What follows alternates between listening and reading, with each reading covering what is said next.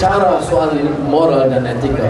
Kalau orang nak lompat, dia lompat, dia pindah parti untuk memperjuangkan nasib bangsa mereka. Orang Sabah dan Sarawak dan kawan-kawan saya dalam UMNO yang insaf mau menempa sejarah baru bagi Malaysia. Saya ulang, keadilan PAS DAP.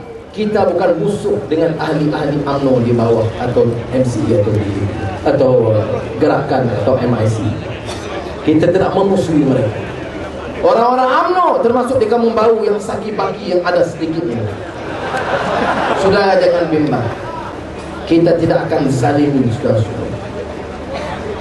Ya. Kalau isi borang, lagi baik. Tapi kalau tidak pun, saya bagi jaminan di sini. Kalau ada ahli UMNO yang dizalimi, sudah berhak memberikan bantahan, dan kami akan dengar bantahan saudara karena kami mau tegakkan keadilan di bumi berkuasa. Kami tak mau ulangi kesilapan dulu. Kalau tidak, anak UMNO tak ada beasiswa dan kemudahan-kemudahan asas pun tidak. Sudah.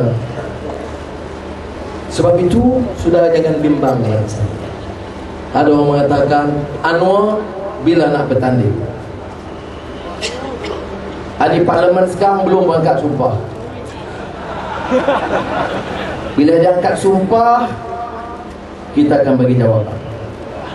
Tunggu 2 minggu lagi.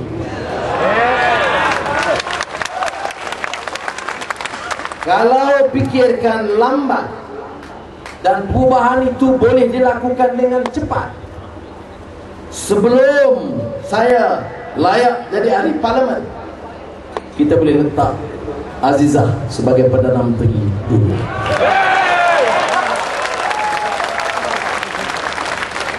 Saya cakap dengan yakin kerana ada kawan-kawan di Sabah, Sarawak dan UMNO yang menghubungi saya. Mereka mengatakan, Anwar, please count me in. Sebab itulah ada perebutan besar dalam UMNO sekarang, dan saya tidak mau ulas. Karena yang menyebabkan kekalahan itu bukan saja Datuk Jolah Badawi, dia mesti pikul tanggungjawab. Karena semua nanti kerja tak apa, duduk baik-baik. Ni bangunan runtuh, tak apa, nanti kita repair pelan-pelan. Dan yang menyediakan strategi pilihan raya, timbalan dia Datuk Najib. Dua-dua bertanggungjawab dengan kekalahan teruk UMNO dan Barisan Nasional baru-baru ini. Sudah setakat mereka terlibat dalam persaingan ini, kita faham.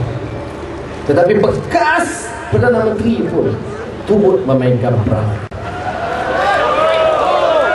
Dia bising, saya maafkan. Orang pukul saya di bawah jagaan dia, saya maafkan dia. Dia telanjangkan saya pakai baju, saya maafkan dia. Dia masukkan saya ke dalam penjara 6 tahun dengan siksaan dan hina, diancam begitu rupa. Saya keluar, saya maafkan dia. Tetapi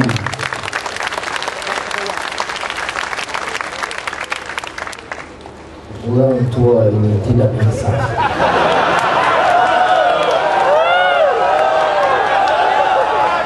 Saya maafkan berulang kali, dia serang saya bertubi-tubi.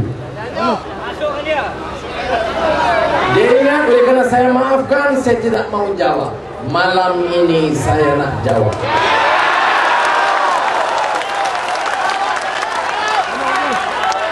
Dia panggil saya sokong Yahudi dan layak menjadi Perdana Menteri Israel. Ramai orang menyatakan tak payah jawab, dan saya pun tidak jawab.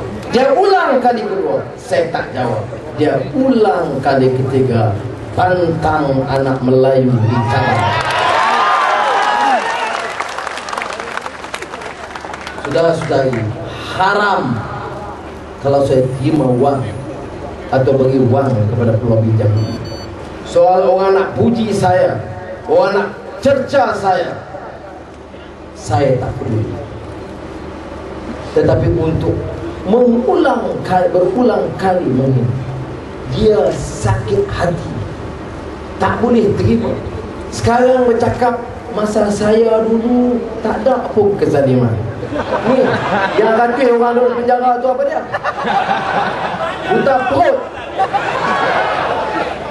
Masa saya dulu media bebas, boleh lapor semua, nak kata apa. Masa saya dulu hakim semua adil. Ni Mahathir, korek tu hakim bawah kamu.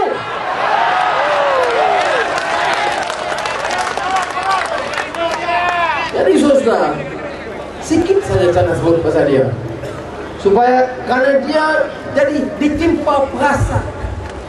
Kerana orang nak dengar kritikan terhadap Datuk Dahlan Badawi, saya tak ada masalah. Bahkan saya berpendapat kenyataan Dr. Mahathir, kritikan yang bernas, kita boleh dengar. Dia rakyat berhak untuk bersuara. Tetapi bila dia mengambil tindakan melampau, dia perasuah besar. Mahathir perasuah besar, merampak kekayaan negara kita.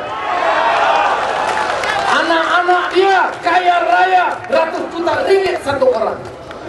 Saudara, sudah tidak yakin, bongkar dan buat siasatan yang rapi. Jangan sekat tanya Peguam Negara Gani Patel, dia tak kerti buat siasatan. Buat siasatan yang rapi. Badan Kehakiman, siapa yang rusakkan? Siapa yang singkir Tun Saleh Abbas? Siapa yang lantik Peguam korek sebagai peguam pribadi dia? Siapa yang lantik khas Peguam Hex sebagai hakim Hex sebagai yang menghukum saya? Maka dia hukum saya 15 tahun. Kita tahu dan kita baca sepanjang kempen dulu. Wa makaru wa makarullah wallahu khairul makirin. Saya minta maaf sudah, kalau orang katakan saya nak guna kesempatan ini nak ulas, karena saya tengok kadar sudah melampau. Kalaulah Datuk Dahlan Badawi Perdana Menteri bertanggungjawab, dia patut buat siasatan terbuka terhadap semua kecurangan yang lalu dan sekarang. Maka saya yakin dia pun tak berani buat, karena masalah banyak dalam UMNO.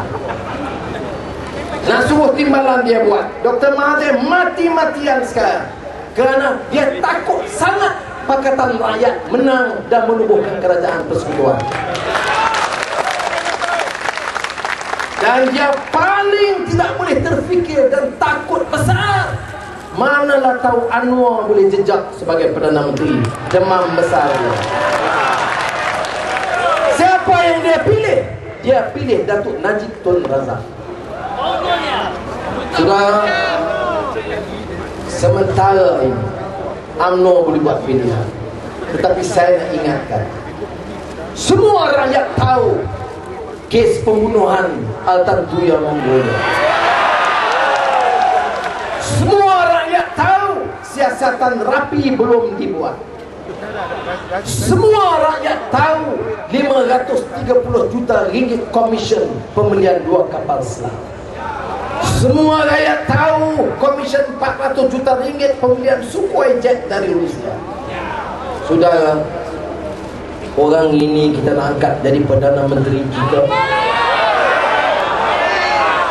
Saya nak tanya rakan-rakan saya dalam UMNO yang tahu hukum, undang-undang dan prinsip perjuangan.